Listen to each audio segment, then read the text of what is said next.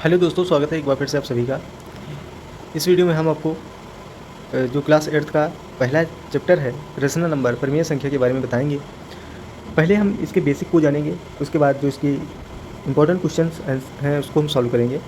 Basic हमारे लिए बहुत इंपॉर्टेंट है, बेसिक के बारे में हम जान जाएंगे तो चीज़ें हमें बहुत ही आसानी से क्लियर हो जाएंगी। आई थिंक हम इस चैप्टर के बारे में जो भी इंपॉर्टेंट चीज़ें हैं, जो भी बारीकियाँ हैं, उसके बारे में हम समझ लेंगे, फिर सारे क्वेश्चन को हम आसानी से ही सॉल्व कर लेंगे। तो देखते हैं रेशनल नंबर के बारे में कुछ इंपॉर्टेंट चीज़ें हैं वो जान लेते हैं। सबसे पहले कि रेशनल नंबर होता क्या है, इसकी पहचान हम कैसे करते हैं, इसके बारे में जानते हैं कि रेशनल नंबर क्या है। तो रेशनल नंबर को हमेशा हम p/q के फॉर्म में लिखते हैं, p/q के फॉर्म में लिखते हैं, यही हमारा रेशनल नंबर होता है। लेकिन सबसे पहले जो बात आती है p और q की, ये p और q होते क्या हैं। p कोई भी नेचुरल नंबर, कोई भी होल नंबर, या हम कह सकते हैं कोई भी इंटीजर, क्योंकि इंटीजर में हमारे नेचुरल नंबर भी आ जाते हैं, होल नंबर भी आ जाते हैं, तो हम कह सकते हैं p कोई भी इंटीजर्स है। p बिलोंग करता है कोई भी इंटीजर को, q बिलोंग करता है कोई भी इंटीजर को, बशर्ते वो जीरो के इक्वल ना हो। p जीरो हो सकता है लेकिन q जीरो नहीं होना चाहिए। इसकी डिफिनेशन में हम यही जानते हैं कि p और q एक रेशनल नंबर होगा, बशर्ते q जीरो नहीं होना चाहिए। p और q दोनों ही इंटीजर्स हैं। इंटीजर्स क्या होते हैं, कोई भी नंबर, चाहे वो पॉजिटिव में हो, चाहे वो निगेटिव हो, चाहे वो जीरो ही क्यों ना हो, लेकिन हमें ध्यान रखना है कि q जीरो नहीं होना चाहिए। और q जो है, q की वैल्यू जीरो क्यों नहीं होनी चाहिए कि अगर हम मान लेते हैं 5 जीरो है और नीचे q की जगह हम जीरो लिख देते हैं तो इसकी वैल्यू इनफाइनाइट आएगी। इस वजह से हम कह सकते हैं कि यह एक रेशनल नंबर नहीं है, या एक परिमेय संख्या नहीं है। अगर हम 0/0 करेंगे तो हम इसको हम कह सकते हैं कांट बी डिटरमाइंड, इसको हम कभी ज्ञात ही नहीं कर सकते हैं, कांट बी डिटरमाइंड ये हो जाएगा। तो इनफाइनाइट आएगा अगर ऊपर कोई भी जीरो के अतिरिक्त कोई भी इंटीजर है तो, बशर्ते क्यू को जीरो नहीं रखना है, ध्यान रखिएगा। एग्जाम्पल के साथ हम समझ लेते हैं कि 1/3 भी एक रेशनल नंबर है। तो जैसे 1 भी एक इंटीजर है, 3 भी एक इंटीजर है, बस 3 की जगह हम जीरो नहीं लिखे हैं, तो इस वजह से 1/3 रेशनल नंबर है। इसी प्रकार 3/4 भी रेशनल नंबर है। जीरो रेशनल नंबर कैसे है, 0 अगर हम 5 भी लिख देते हैं, 0/6 लिख देते हैं, 0/10 लिख देते हैं, 0 कुछ भी लिख देते हैं, तो उसकी वैल्यू हमेशा जीरो ही आएगी। तो हम कह सकते हैं ये भी एक p/q के फॉर्म में है। p जीरो है लेकिन q जीरो नहीं है। 11/1 हम लिख सकते हैं, 11/1 लिख सकते हैं, तो हम कह सकते हैं कि ये भी एक p/q के फॉर्म में है, ये भी एक रेशनल नंबर है। 13/1 ये भी एक रेशनल नंबर है। 25 को हम क्या लिख सकते हैं, 25 को हम लिख सकते हैं 5 या 5/1, तो ये भी एक p/q के फॉर्म में है। रूट 36 की वैल्यू हमको पता है 6 होगी, 6/1, तो ये भी p/q के फॉर्म में है। 3/27 या भी p/q के फॉर्म में है। रूट 27, ये इसको ध्यान देना, रूट 27 को ध्यान दीजिए, ये क्या है, यह एक रेशनल नंबर नहीं है, यह एक इरेशनल नंबर है। क्यों इरेशनल नंबर है, हम इसकी एग्जैक्ट वैल्यू ही नहीं जानते हैं। रूट 27 की एग्जैक्ट वैल्यू नहीं जानते हैं, इस चक्कर में हम कह सकते हैं यह एक इरेशनल नंबर है। अब बात करते हैं, एक चीज़ ध्यान दीजिएगा, वैल्यू लिखी है रूट 27/√3, रूट 27/√3, क्या ये हमारी एक रेशनल नंबर है या एक इरेशनल नंबर है, ये इंपॉर्टेंट चीज़ है। रूट 27 को हम लिख सकते हैं √9 × √3। इस तरीके से लिखने से पहले आप ये भी लिख सकते हैं, √27 को लिख सकते हैं 9 × 3/√3। इसको अलग अलग हम लिख सकते हैं, √9 को अलग लिख लिया, √3 को अलग लिख लिया, मल्टीप्लिकेशन का निशान है तो हमारी वैल्यू उतनी ही आएगी 27, रूट की 27 और /√3, तो √3 से √3 कैंसिल हो गया, बचा कितना √9। √9 की वैल्यू हमें पता है 3 होती है, तो 3 को हम लिख सकते हैं 3/1। तो क्या ये p/q के फॉर्म में नहीं है, ये भी p/q के फॉर्म में है। तो हम कह सकते हैं कि रूट 27/√3 यह भी एक रेशनल नंबर है। बहुत ही ज़्यादा बारीकी से चीज़ों को समझना, क्योंकि बेसिक ही इंपॉर्टेंट चीज़ होती है। अब एक चीज़ और देखते हैं, रूट 37, क्या रूट 37 एक रेशनल नंबर है, नहीं। रूट 37 को हम इसकी हम एग्जैक्ट वैल्यू ही नहीं जानते हैं, तो हम कह सकते हैं कि यह एक इरेशनल नंबर है, यह एक इरेशनल नंबर है, ये रेशनल नंबर नहीं है। ध्यान दीजिएगा, इसे हम p/q के फॉर्म में तो लिख सकते हैं, रूट 37/1 तो कह सकते हैं। क्या रूट 37 इंटीजर्स है, नहीं, रूट 37 इंटीजर्स नहीं है, रूट 2 इंटीजर नहीं है, रूट 3 इंटीजर नहीं है, रूट 5 इंटीजर नहीं है। अगर हम रूट 25 लिख रहे हैं तो 25 की वैल्यू 5 है, तो ये इंटीजर है, क्योंकि इसकी हमको एग्जैक्ट वैल्यू पता है। ये चीज़ हमें बारीकी से ध्यान देने वाली है। 22/7 पाई की अप्रॉक्सीमेशन वैल्यू होती है। ये भी एक रेशनल नंबर है 22/7, क्योंकि इसे हम पी अपन क्यू के फॉर्म में लिख सकते हैं। तो आई थिंक आपको ये समझ में आ गया है कि रेशनल नंबर होता क्या है। अब इम्पॉर्टेंट चीज़ है वो देखते हैं कि पाई क्या है। रेशनल नंबर जब हम पढ़ते हैं तो उसमें पाई का बहुत ही इंपॉर्टेंट रोल होता है। पाई है क्या? सबसे पहले पाई को हम कैसे डिनोट करते हैं ये आप देख रहे हैं, लेकिन पाई क्या है? कोई भी सर्किल है, किसी भी सर्किल का जो सर्कमफेरेंस है, परिधि है, और उसका जो डायमीटर है, उसके रेशियो को हम पाई कहते हैं। परिधि क्या होती है? सर्कमफेरेंस होता है 2πr, और डायमीटर क्या होता है 2r। 2r होता है। अब 2 से 2 कैंसिल हो जाएगा, r से r कैंसिल हो जाएगा, बचेगा क्या? पाई। तो यहीं से हमारी डिफिनेशन बन गई कि जो सर्किल का सर्कमफेरेंस है और उसका जो डायमीटर है, उसी के रेशियो को हम पाई कहते हैं। पाई की जो वैल्यू होती है ये होती है 3.14159 करके। ऐसे ही हम डिवाइड करते रहेंगे तो हम कभी इसको डिवाइड कर ही नहीं पाएंगे। यह एक नॉन टर्मिनेशन वाला इसकी वैल्यू होती है, नॉन टर्मिनेटिंग वैल्यू होती है, नॉन रिपीटिंग होती है। इसको हम कभी भी पूरी तरीके से डिवाइड नहीं कर सकते हैं। इसकी जो अप्रॉक्सीमेशन वैल्यू है, जैसे मैंने ऊपर बताया था कि 22/7 होती है।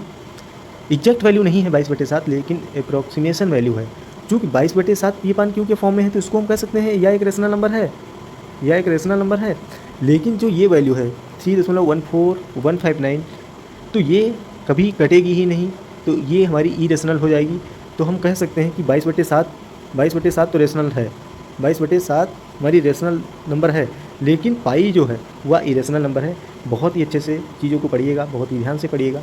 पाई हमेशा इरेशनल होता है, बट इसकी जो अप्रॉक्सीमेशन वैल्यू रहती है 22/7, यही एक रेशनल नंबर होती है, क्योंकि ये पी अपान क्यू के फॉर्म में है। अब एक चीज़ देखते हैं, representing of a rational number on A number line. Number line क्या है? सबसे पहले बात आती है नंबर लाइन की। नंबर लाइन है एक लाइन खींचते हैं, बीच में 0 लिखते हैं।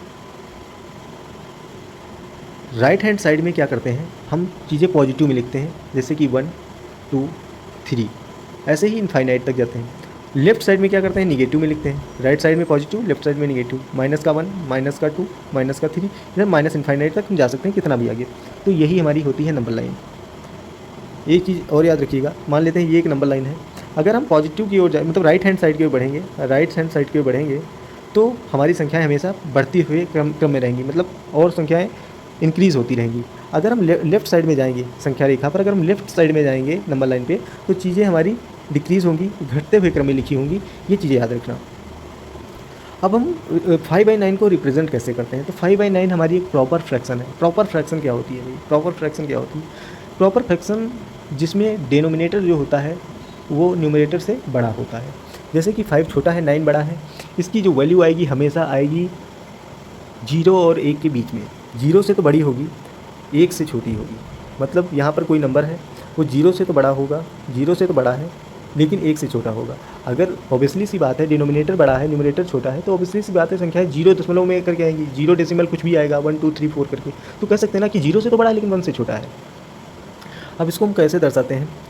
सबसे पहले ये हम 0 से स्टार्टिंग करेंगे, क्योंकि इसकी जो वैल्यू आएगी 0 पॉइंट में कुछ आएगी। इसकी जो 5/9 की वैल्यू आएगी 0 पॉइंट में कुछ आएगी, तो स्टार्टिंग हम 0 से करेंगे, और 1 से छोटी होगी तो एंड हम 1 पे करेंगे। अब बात ये करनी है कि हम कितने पार्ट में इसको डिवाइड करेंगे। तो डिनोमिनेटर में देखते हैं कि हमारा 9 है, तो 0 के बाद हम 9 पार्ट में उसको डिवाइड करेंगे। सबसे पहले तो हम 0 लिख लेते हैं। 0 के बाद देखिए 1 2 3 4 5 6 7 8 9, 9 पार्ट मैंने किए। अब 9 पार्ट में हम क्या क्या चीज़ें लिखेंगे? लास्ट में हमारा 1 रहेगा, मैंने तुमको बता दिया। अब ये देखिए फ्रैक्शन किस फॉर्म में है? 5/9 के फॉर्म में है, मतलब डिवाइड में 9 है। तो हम ऐसे लिखेंगे 1/9, 2/9, 3/9, 4/9, 5/9, 6/9, 7/9, 8/9। जितने पार्ट किए थे हमने कर लिए। अब 9/9 भी लिखेंगे तो हमारी वैल्यू 1 ही आएगी ना। 9/9 लिखेंगे तो वैल्यू हमारी 1 ही आएगी, तो 9/9 ना लिख के हमने डायरेक्ट 1 लिख दिया। अब हमें रिप्रेजेंट क्या करना है? 5/9। इसके नीचे आप अंडरलाइन कर सकते हैं, ऊपर एरो से इस तरीके से दर्शा सकते हैं, रिप्रेजेंट कर सकते हैं। 5/9 तक ही करना है, आगे नहीं करना है, क्योंकि हमको रिप्रेजेंट करना है 5/9 को। पार्ट कितने करने हैं? पार्ट हमें डिनोमिनेटर के हिसाब से करने हैं। डिनोमिनेटर में 9 है, तो 1 के बाद हम 9 पार्ट में उसको डिवाइड करेंगे। इतना चीज़ें ध्यान देना। ऐसे ही हम रिप्रेजेंट करते हैं रेशनल नंबर को नंबर लाइन पे। ऐसे ही देख सकते हैं 95/4, 95/4 लिखा हुआ है। इसको नंबर लाइन पे हम कैसे दर्शाएंगे? तो ये एक प्रॉपर फ्रैक्शन नहीं है, लेकिन अगर हम इसको इस तरीके से लिखें 23 सही 3/4 के रूप में लिखें 23 सही 3/4, तो अब हम कह सकते हैं इसकी जो वैल्यू आएगी 23 दशमलव में कुछ आएगी, 23 दशमलव में कुछ आएगी। तो कह सकते हैं कि ये जो संख्या होगी 23 से तो बड़ी होगी लेकिन 24 से छोटी होगी। 23 से तो बड़ी होगी लेकिन 23 से तो संख्या बड़ी होगी, कोई भी नंबर है 23 से तो बड़ा है लेकिन 24 से छोटा होगा, ये याद रखिएगा। तो अब हम नंबर लाइन पे इसको कैसे दर्शाते हैं ये ध्यान रखिएगा। 23 से स्टार्टिंग करेंगे, 24 पे ख़त्म करेंगे क्योंकि 23 से बड़ा है 24 से छोटा है। कितने पार्ट करेंगे, डिनोमिनेटर में 4 है तो हम 4 पार्ट ही इसके करेंगे, मतलब 23 के बाद 4 पार्ट करेंगे 1 2 3 एंड 4। तो एक में लिखेंगे 23 सही 1/4, एक में लिखेंगे 23 सही 2/4, एक में लिखेंगे 23 सही 3/4 और एक में 23 सही 4/4 लिखने का मतलब क्या है, 4 से 4 कैंसिल हो जाएगा, 1 ही आएगा तो 2 डायरेक्ट 24 ही हो जाएगा। तो कह सकते हैं कि हम उसको डिनोमिनेटर के हिसाब से उतने पार्ट कर लेंगे, उसको उसी तरीके से रिप्रेजेंट कर देंगे। लेकिन हमें इंपॉर्टेंट क्या है 23 ही 3/4, ये जो वैल्यू आई थी 23 ही 3/4 इसको हम रिप्रेजेंट करेंगे। तो हम कैसे करेंगे, इसके नीचे अंडरलाइन भी कर सकते हैं और इस तरीके से एरो बना के वहाँ तक जहाँ तक हमको रिप्रेजेंट करना है उसको हम दर्शा सकते हैं। इस तरीके से कोई भी अगर नंबर है हमको नंबर लाइन पे रिप्रेजेंट करना है तो हम आसानी से कर सकते हैं। आई होप ये चीज़ भी आपको अच्छे से समझ में आ गई होगी। अब कुछ इंपॉर्टेंट चीज़ें हैं, इसकी कुछ प्रॉपर्टीज़ वगैरह हैं, तो प्रॉपर्टीज़ के बारे में हम देख लेते हैं कि इसकी क्या प्रॉपर्टीज़ हैं। रेशनल नंबर की कुछ प्रॉपर्टीज़ हैं जिनका यूज हम क्वेश्चन सॉल्व करने में करेंगे और हमें पता भी होनी चाहिए। सबसे पहले क्लोजर प्रॉपर्टी, ये क्या होती है, इसमें क्या होता है कि कोई भी दो रेशनल नंबर है, मान लेते हैं एक रेशनल नंबर है ए, एक रेशनल नंबर है बी, तो इसमें चाहे हम प्लस कर दें, चाहे इसमें हम माइनस कर दें, चाहे इसमें हम मल्टीप्लिकेशन कर दें, दो रेशनल के बीच में हम कुछ भी करें, ऐड करें, सब्ट्रैक्ट करें या मल्टीप्लिकेशन करें, तो उससे जो हमें रिजल्ट मिलेगा, कुछ भी रिजल्ट मिलेगा वो हमेशा ही एक रेशनल नंबर ही होगा, रेशनल नंबर ही होगा, ये चीज़ ध्यान रखिएगा।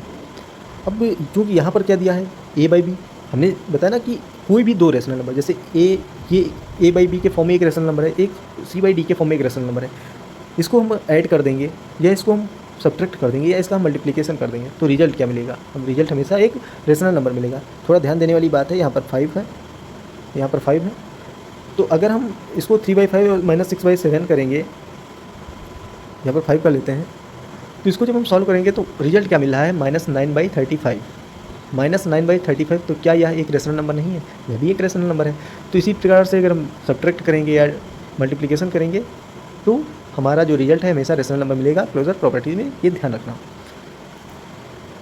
कुछ लोग यहाँ पर गलती करते हैं, एक चीज़ ये याद रखिएगा, यहाँ पर अगर माइनस साइन है और उसके अंदर भी माइनस साइन है, तो अगर बाहर माइनस साइन है तो हमेशा याद रखिएगा, अगर बाहर का माइनस साइन है, बाहर माइनस साइन है तो अंदर अगर ब्रैकेट में माइनस है तो वो प्लस में हो जाएगा, प्लस में है तो वो माइनस में हो जाएगा। अगर हम ब्रैकेट को हटाते हैं, ब्रैकेट हटाएंगे तो साइन चेंज करेंगे, इतना ध्यान रखना। इधर माइनस था, अंदर भी माइनस था, तो माइनस माइनस प्लस हो गया, तो बाहर प्लस हो गया। लोग अक्सर साइन के चक्कर में चीज़ों को गलत करते हैं, चीज़ें उनसे गलत होती हैं। तो ये बहुत ही अच्छे से हमको ध्यान रखने वाली बातें हैं कि चीज़ें हमसे गलती ना हो पाए। अगर माइनस लगा है तो हमारा विशेष रूप से ध्यान चला जाए साइन की तरफ कि माइनस लगा है तो चीज़ें हमसे गड़बड़ नहीं होनी चाहिए। मैथ में यही एक इंपॉर्टेंट चीज़ होती है कि अगर माइनस से या कोई भी साइन से अगर आपने क्वेश्चन को एक भी स्टेप सॉल्व किया तो पूरा उस क्वेश्चन गलत हो जाएगा, इसलिए साइन का विशेष तौर पर ध्यान रखना है। ऐसे ही सब्ट्रैक्ट में होगा, ऐसे ही मल्टीप्लिकेशन में होगा, कुछ भी करेंगे तो हमारा जो रिजल्ट है हमेशा एक रेशनल नंबर मिलेगा। आई होप ये चीज़ें भी आपको समझ में आ गई होंगी। कम्यूटेटिव प्रॉपर्टी क्या होती है, क्रम विनिमय नियम इसको बोलते हैं हिंदी में। कम्यूटेटिव प्रॉपर्टी को क्रम विनिमय नियम बोलते हैं। इसमें क्या होता है, इसमें सिर्फ जोड़ने और गुणा करने का क्रम ही, अगर जोड़ते हैं या गुणा करते हैं तो क्रम विनिमय नियम जो है कम्यूटेटिव प्रॉपर्टी है वो फॉलो होती है, क्योंकि इससे रिजल्ट नहीं बदलता है। लेकिन सब्ट्रैक्शन और डिवीज़न में ये फॉलो नहीं करता है। क्यों नहीं करता, ये चीज़ भी हम आपको बताएंगे। तो सबसे पहले ये हम जान लेते हैं कि कम्यूटेटिव प्रॉपर्टी क्या है। जैसे कोई भी रेशनल नंबर है, हम कह सकते हैं एक रेशनल नंबर ए है, एक रेशनल नंबर बी है। हम चाहे ए को पहले लिखें, चाहे हम बी को पहले लिखें, दोनों केसेस में जो रिजल्ट है वो इक्वल होगा। मतलब ए इक्वल होगा दोनों, ए चाहे ए है चाहे बी है, चाहे पहले बी है बाद में ए है, चाहे 3/2 पहले लिखा है 2/3 बाद में लिखा है, चाहे 2/3 पहले लिखा है 3/2 बाद में लिखा है, रिजल्ट हमेशा 13/6 ही आएगा। लेफ्ट हैंड साइड हमेशा राइट हैंड साइड के इक्वल ही आएगा, चाहे ये पॉजिटिव में हो चाहे ये मल्टीप्लिकेशन में हो। लेकिन नेगेटिव में ये फॉलो नहीं करता है, डिवीज़न में ये फॉलो नहीं करता है। ये चीज़ें हमेशा ध्यान रखिएगा। स्क्रीनशॉट ले सकते हैं आप, इसको समझ सकते हैं। ऐसे ही एसोसिएटिव जो प्रॉपर्टी है, साहचर्य नियम है, ये भी ऐड में और मल्टीप्लिकेशन में फॉलो करता है, सब्ट्रैक्शन में और डिवीज़न में फॉलो नहीं करता है। क्यों फॉलो नहीं करता है, इसको हम एग्जांपल के तरीके से बता देंगे आपको। इसमें होता क्या है, इसमें हम मान लेते हैं कि 3 कोई भी रेशनल नंबर है, ए भी एक रेशनल नंबर है, बी भी एक रेशनल नंबर है, सी भी एक रेशनल नंबर है। तो हमने पहले ए और बी को ग्रुप के साथ लिखा, दूसरे में बी और सी को ग्रुप के साथ लिखा। ध्यान दीजिए इसमें तीनों ऐड में है, हम तीनों रेशनल नंबर को ऐड करते हैं तो जो रिजल्ट है हमारा 3/4 ही आया है। अगर हम इसका मल्टीप्लिकेशन करेंगे तो मल्टीप्लिकेशन में देख सकते हैं -5/12 आया, इधर भी -5/12 आया, मतलब left side right side same है। तो कह सकते हैं कि जो एसोसिएटिव प्रॉपर्टी है वो जोड़ने और गुणा करने में, चाहे एसोसिएटिव हो चाहे वो कम्यूटेटिव हो, ये सिर्फ जोड़ने और गुणा करने में ही फॉलो करते हैं, सब्ट्रैक्शन और मल्टीप्लिकेशन में फॉलो नहीं करते हैं। अब एग्जांपल में हम बताएं कि मैंने कम्यूटेटिव में बताया था a + b इक्वल होगा b + a, लेकिन अगर हम माइनस करेंगे तो इक्वल नहीं होगा। क्यों नहीं होगा? अगर मान लेते हैं 2 एक रेशनल नंबर है, -4 भी एक रेशनल नंबर है, तो वैल्यू कितनी आएगी? -2। अगर हम 4 पहले लिखें 2 बाद में लिखें तो वैल्यू कितनी आएगी? 2 आएगी। तो क्या रिजल्ट सेम प्राप्त हो रहा है? नहीं।